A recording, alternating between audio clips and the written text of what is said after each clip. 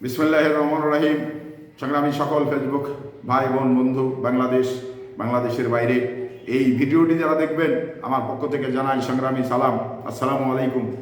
যারা আয়নাঘর থেকে ফিরে এসে এই আয়নাঘরের নির্যাতন, নিপীড়ন এবং মৃত্যু যন্ত্রণা, এটা কিন্তু দীর্ঘ সময় তাদের মোকাবেলা করে যারা এই সময়ে বেরিয়ে এসছেন, তারা কিন্তু তার বাস্তব আয়নাঘরের চিত্রটা গণমাধ্যমে তারা বলতে শুরু করেছে। তো এই আয়নাঘর তাদের নির্যাতন এবং এই যে বন্দি থেকে মৃত্যু না হয়ে মৃত্যুর প্রহর গুনতে হয়েছে। এই যে মাইকেল চাকমা, উনি 19 সালে তাকে ঢাকা থেকে তুলে নিয়ে গিয়ে যে আয়না ঘরে এ পর্যন্ত প্রায় 5 বছর বন্দি রেখেছিলেন, উনি কিন্তু তারই বিবরণগুলো বর্ণনা করেছেন গণমাধ্যমে।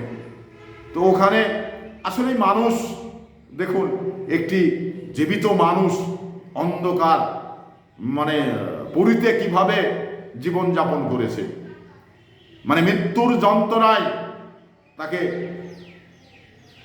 ছটফট করতে হয়েছে। এই যে একটি দৃশ্য, এই দৃশ্যগুলো আসলেই মানুষের আজারি দেখলে এই মানুষটি তুলে নিয়ে গেল, সেই মানুষটিকে খুঁজে পাওয়া যাচ্ছে না। এই আয়না ঘরের দায়িত্বে যারা ছিলেন, তারা কিন্তু ওখানে সাদা পোশাকধারী আইন প্রয়োগকারী সংস্থার পরিচয় দিয়ে এই যে হাজার হাজার লোককে আয়না ঘরে বন্দি রেখেছিলেন।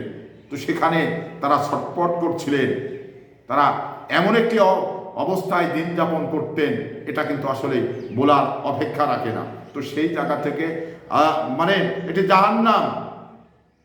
জাহান্নাম, এই জাহান্নাম পুরীতে তাদের কিন্তু একা একযোগ্য দিন তাদের থাকতে হয়েছে।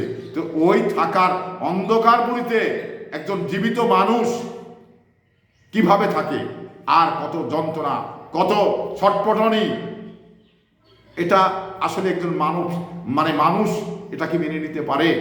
আর ওই মানুষটি কত যন্ত্রণা করেছে, কত বাইরের প্রকৃতির রূপটা দেখতে চেয়েছে, কিন্তু তাকে তো দেখতে দেওয়া হয়নি। কোনো মানুষ তার কাছে এই আয়না ঘরে যেতে পারেনি। তো এই অবস্থায় তাহলে একটি জিনিস চিন্তা করুন, যে এই মানুষগুলো কিভাবে এতটা দিন তাকে একা থাকতে হয়েছে, নির্যাতন নিপীড়ন সহ্য করে। তো সংগ্রামী উপস্থিতি, আল্লাহ না করে মানুষকে এই অন্ধকার পুরীতে নিয়ে গিয়ে এইভাবে নির্যাতন নিপীড়ন করে ধরে রাখে। এটা এই বাংলাদেশ আয়না ঘরটাকে আমি এই বাংলাদেশে, সারা বিশ্বের ভিতরে এই নামটি,